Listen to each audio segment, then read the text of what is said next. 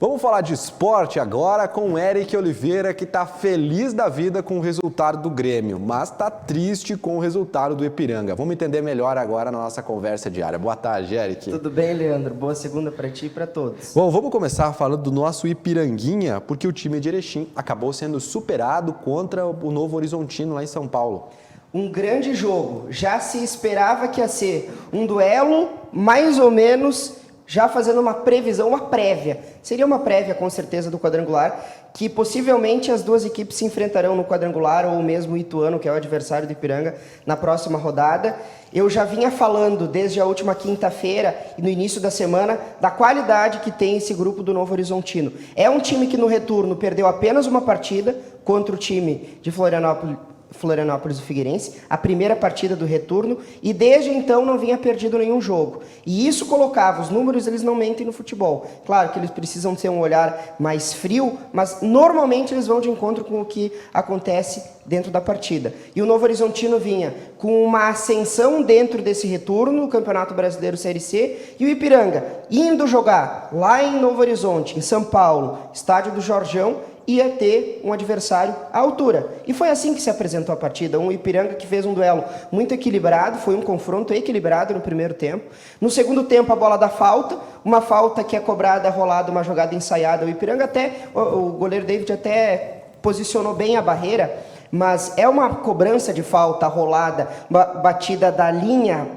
praticamente da linha da grande área, que é indefensável. Uma bola rasteira, 1-0 Novo Horizontino, que depois soube sofrer. O Ipiranga não fez um jogo retraído, não sentiu o Ipiranga retraído no segundo tempo, foi tentar, quem sabe, empatar, porque nesse momento, já classificado, se perdesse, o jogo de 2-0 não ia fazer muita diferença, e o Ipiranga foi para cima, só que acabou parando em cima da defesa do Novo Horizontino, que salvou duas bolas em cima da linha. O goleiro foi muito bem e também o Ipiranga por pouco não toma um gol numa bola que bateu no travessão. O que fica de reflexo dessa partida?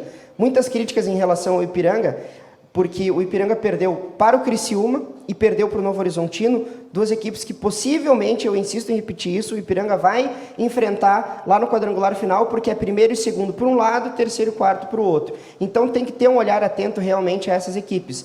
Porém, eu acho que o Ipiranga fez uma boa partida. Agora, no jogo contra o Ituano, que ultrapassou o Ipiranga, agora é segundo colocado, o Novo Horizontino é primeiro, o Ipiranga acabou caindo lá para a terceira colocação, e vamos ser maduros, isso não faz tanta diferença. Agora, o jogo contra o Ituano também vai ser mais uma prévia do que aguarda o Ipiranga lá na fase eliminatória do Campeonato Brasileiro Série C. Tudo bem, vamos aprender com os erros e tentar buscar os acertos. Vamos agora, que frase de jogador de futebol no final do jogo, né? Bom, vamos seguindo agora, vamos falar do Grêmio, porque o Tricolor venceu. E antes da sua opinião, a gente vai trazer a fala do Felipão, que falou aí sobre essa vitória de 2-0 sobre o Ceará. Eu fiz a opção pelo Alisson, por uma situação tática, e o Campaz fez o seu trabalho normal durante toda a semana, e se precisássemos ou tivéssemos uma situação diferente no jogo, ele entraria e poderia jogar. Mas optamos pelo Alisson para dar um pouco mais de velocidade pelos lados do campo, já que tínhamos dois jogadores velozes pelo lado, e o Alisson poderia compor em determinadas oportunidades aquele setor, porque precisávamos atacar um pouco mais a equipe do América, e foi o que aconteceu no primeiro tempo, principalmente. Mas não tem nada de especial, o trabalho foi feito, e não é porque é A, B ou C que vai entrar no time, ou vai jogar porque o torcedor entende que foi contratado e vai ter que trabalhar junto com os outros, e durante os jogos, durante a situação que acontecer, uma partida pensada pela comissão técnica, muitas vezes pode aparecer, outras não. Tá aí, Eric. Bom, ele falou que não teve nada demais, foi só treino. Foi só treino mesmo, será? Eu salvei algumas imagens da Santa Rita de Cássia porque acho que ela foi, assim, fundamental. Ela foi fundamental. Padre, levaram até o Walter Girelli, acho que lá para Porto Alegre. O jogo era de um resultado que não poderia ser diferente. O Grêmio tinha que ganhar. E isso era inevitável, não existia outro resultado, não existia outra possibilidade. Pensando na sequência em que o Grêmio vai enfrentar, 2 jogos contra o Flamengo, um válido pela Copa do Brasil, Atlético Mineiro, Atlético Paranaense, esse jogo contra o Ceará podia ser divisor de águas. Se o Grêmio, por exemplo, chegasse a tropeçar contra o Ceará, no que não aconteceu ontem, ia ser terrível, ia ser desastroso. Vamos falar da partida, nada de exuberante, aí eu tô com o Felipão, eu acho que o Grêmio fez uma partida, do ponto de vista técnico, razoável, com algumas dificuldades ainda, principalmente na transição meio-campo, setor de meio-campo e peça ofensiva, né, último terço de campo, o Grêmio ainda encontrando algumas dificuldades. Acho que talvez pela ausência do Campaz, o Borja, os jogadores que vieram da seleção e que acabaram não conseguindo chegar e ser titulares, o próprio Vilha Santos só entrou no segundo tempo, mas o Grêmio conseguiu, e aí eu acho que o trabalho do Felipão ele merece ser reconhecido, porque o Felipão, dentro de uma análise dos números que eu falei do jogo do Ipiranga, se nós pegássemos e excluíssemos aqueles jogos em que o Thiago Nunes esteve à frente do Grêmio e o Felipão tivesse começado o Campeonato Brasileiro como técnico do Grêmio, o aproveitamento dele como técnico frente ao comando técnico do Grêmio é um aproveitamento que colocaria o Grêmio no G6. Então isso é bom levar em consideração para o pessoal que critica o Felipão. Com algumas escapadas do Ferreira pelo lado esquerdo, mereceu, fez o segundo gol e mereceu, fez uma boa partida. Às vezes indo para a individualidade, mas é um jogador que tem esse potencial, algumas características que muito me agradam, com o Jonathan Robert saindo e talvez sendo uma peça que pode ajudar o Felipão com essa ausência do Douglas Costa, um Lucas Silva muito criticado e mais uma vez na recomposição e defensivamente salvou como volante do Grêmio. Então foi uma partida razoável do Grêmio, mas o mais importante é os 3 pontos, a vitória que foi conquistada, o Diego Souza que me pareceu até um pouco mais magro, né? 2-0, uma vitória que, analisando todo o cenário, de uma semana e meia atrás, quando esse grupo de jogadores retornou ao CT Presidente Luiz Carvalho, com paralelepípedos jogados em cima de jogador, em cima de CT, em cima de carro de funcionário, o Grêmio conseguiu dar a volta por cima. Mas calma, ainda tem um longo caminho aí para ser percorrido e o Felipão tem toda a consciência disso. Verdade, abertura agora do segundo turno. E hoje é o dia, pode mudar a câmera aqui para mim, Patrick, porque hoje é o dia do Internacional entrar em campo. E o Edenilson, que acabou de voltar à seleção, projeta esse duelo.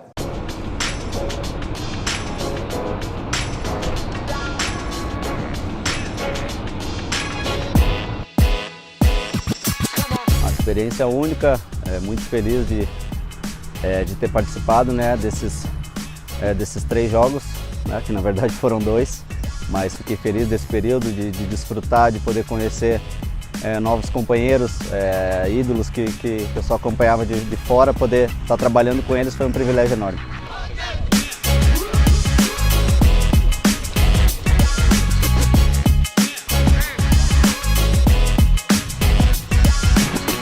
Tenho certeza que vivi da melhor maneira possível a experiência, aprendi, treinei bastante, procurei me dedicar no dia a dia para aproveitar.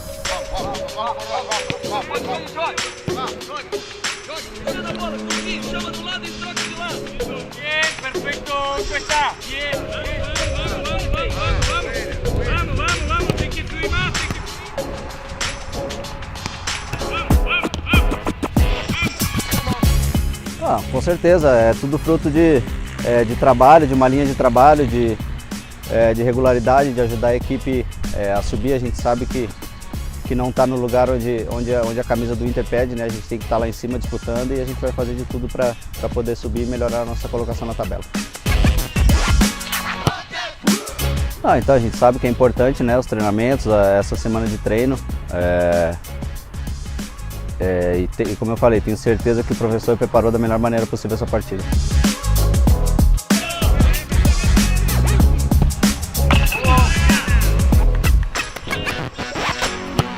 É um jogo difícil, né? A gente sabe que jogar lá é sempre complicado. É uma equipe que perdeu bastante jogos lá, mas todos por pouco resultado, então se defende bem, procura se defender bem na casa deles. E a gente sabe que tem que melhorar a nossa posição na tabela e a gente vai focado, com todo respeito à equipe do Sport, mas vai focado em buscar os 3 pontos.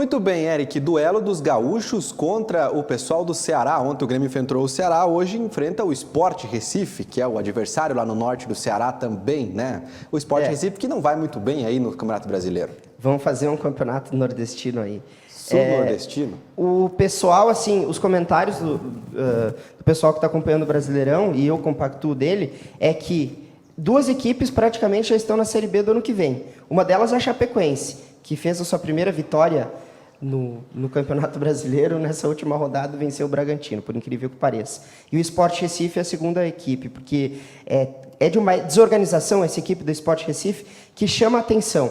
Então o Internacional, depois de um período, o mesmo tempo em que o Grêmio teve, mas com um olhar um pouco mais tranquilo, o Internacional retorna aos trabalhos com mais tranquilidade e hoje faz um jogo contra o Sport Recife que pode colocar o Inter para brigar lá em cima. Eu lembro que o Internacional tem 2 contratações muito interessantes, que é o Gustavo Maia e também o Kaique Rocha. São 2 jogadores que chegaram há pouco tempo e que, sem dúvida alguma, vão ajudar e vão contribuir com o Internacional. O Edenilson, esse mesmo que estava na seleção, ele volta da seleção e para ser titular do Internacional. Disso eu não tenho dúvida nenhuma. Ele até falou, eu lembro de uma entrevista que ele concedeu à CBF, que ele falou que a sua permanência no Internacional, todo mundo lembra do desejo que ele tinha em sair do Inter, e ele permaneceu. E talvez isso tenha sido algo que foi fundamental para a sua convocação. Então o Edenilson chega da seleção com o prestígio lá em cima, um jogador muito adorado pelos companheiros, é um jogador que contribui muito para o Internacional dentro do meio campo. Eu imagino até o Diego Aguirre, se tiver um pouco mais de ousadia, cascar fora o Patrick, colocar no banco de reservas, daqui a pouco ser um pouco mais ousado, se não quiser colocar algum jogador que chegou agora, coloca o Caio Vidal, o jogador inclusive que recebeu proposta. Nós tivemos na semana passada uma reunião envolvendo a imprensa da capital, junto com o CEO Paulo Brax, o diretor executivo de futebol do Internacional, que ele deu algumas explanações de que sim, o Internacional recebeu proposta por alguns jogadores e o Caio Vidal foi um deles. Mas o Inter agora está com o pensamento do que não vamos vender jogador agora, vamos esperar um pouco para depois conseguir vender por um valor um pouco maior e quem sabe, retomar essa credibilidade de mercado que o Internacional acabou perdendo nesses últimos períodos. Então, o Inter tem um jogo hoje muito interessante. Eu imagino, quem sabe, o Diego Aguirre ser um pouquinho mais ousado e ver alguma modificação nesse time, porque o Inter, sim, tem condições de brigar por algo mais acima. Quem sabe, uma vaga direta na Libertadores da América, no G4, possivelmente vai ser G6, porque tem Copa do Brasil, tem Libertadores com Flamengo, Palmeiras e também o Atlético Mineiro competindo. Então o Inter pode conseguir uma vaga direta. E eu vejo totais condições para esse time chegar lá, mas passa muito pelo jogo de hoje, lembrando que, como o Leandro falou, é a abertura, né, do retorno. Então, é o pontapé inicial de mais 18 rodadas fundamentais de Grêmio e Internacional também. Vamos falar do Atlântico agora, que venceu por 7-1 a Cercesa de Carazinho. A gente vai ver os gols. Do Atlântico de Erechim aqui para Cercesa, por enquanto, 0-0, atenção, bateu, passou. De fora da área, com perigo, atenção, vem Guto, bateu, é contra.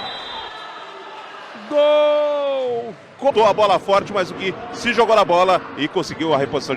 Atenção, agora veio trabalhando, sobrou para o Guimarães, não passou por ele, atenção, foi para a linha de fundo. Em Carazinho, lançamento feito, jogou no peito, Alan Negão, bateu, golaço! Gol! Tem que pressionar, lançamento é linha de fundo, mais atrás com o Gé, bateu, é gol! Gol! E por aqui a gente sabe que o jogo é encardido, o jogo é pegado, atenção, linha de fundo, bateu, é gol! Girou em cima da marcação, mais atrás, vai bater, golaço! Golaço do Guto! Tem a equipe de Erechim, atenção, linha de fundo, é gol do Gé. Muito bem, fim de semana dos times de Erechim no estadual, né? Nós tivemos também a AEF jogando, mas vamos falar do resultado do Atlântico, aí foi um bom resultado também. 7-1 é sempre um bom resultado, e principalmente quando o protagonista que faz o 7 é uma equipe que está torcendo, né?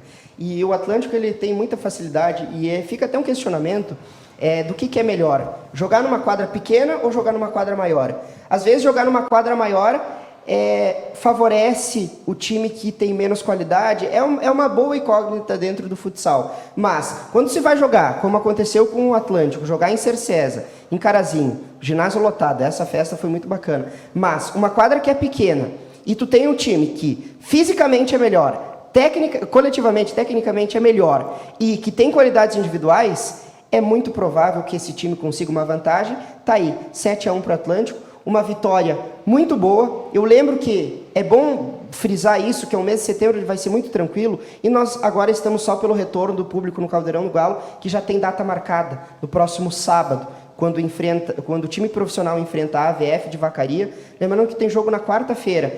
O Atlântico joga contra o Passo Fundo, em Passo Fundo, no ginásio do Capingui, mais um compromisso pelo estadual, mas eu vejo o técnico Thiago Halpe com muita consistência. Eu imagino que o Atlântico vai chegar muito forte para essa retomada da Liga Nacional, e quero lembrar que hoje é um dia especial para todos os apaixonados por futsal, porque hoje começa a Copa do Mundo de Futsal na Lituânia. O Brasil entra em quadra às 14 horas de hoje. Vamos ficar na torcida pelo Brasil. Contra o Vietnã. Isso aí. Eu falei antes, então, da AEF. Ela jogou contra a Fundes, que também é lá de Carazinho. O jogo aconteceu aqui em Erechim e acabou perdendo aí por 4-5 a equipe aqui de Erechim, que faz parte da 3ª divisão do Campeonato Gaúcho de Futsal, né? A outra equipe de futsal. 5 da tarde tem mais no Virando Jogo de Esportes. Obrigado, Eric. Até lá. Um abraço, Leandro, para todo mundo. E Valeu. É isso aí.